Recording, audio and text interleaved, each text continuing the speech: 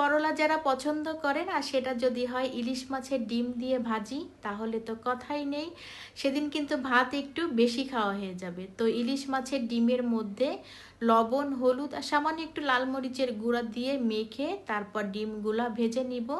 এপিট ওপিট করে সুন্দর করে ভেজে ডিমগুলা নামিয়ে নিব। সেম তেলের মধ্যে করলাও ভাজবো, তাহলে ইলিশ মাছের সুন্দর একটা ঘ্রাণ বের হবে। তো তেলের মধ্যে পেঁয়াজ কুচি আর কাঁচামরিচ কুচি দিয়ে একটু নাড়াচাড়া করে নেব।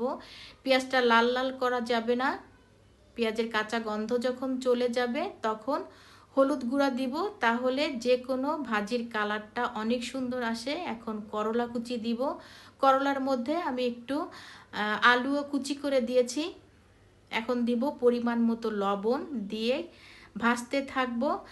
আর যে ইলিশ মাছের ডিম আমি ভেজে রেখেছিলাম নামানোর কিছু সময় আগে ছোট ছোট টুকরা করে কেটে তারপর এই ভাজির মধ্যে দিয়ে আরও কিছু সময় নাড়াচাড়া করে তারপর নামিয়ে নিব।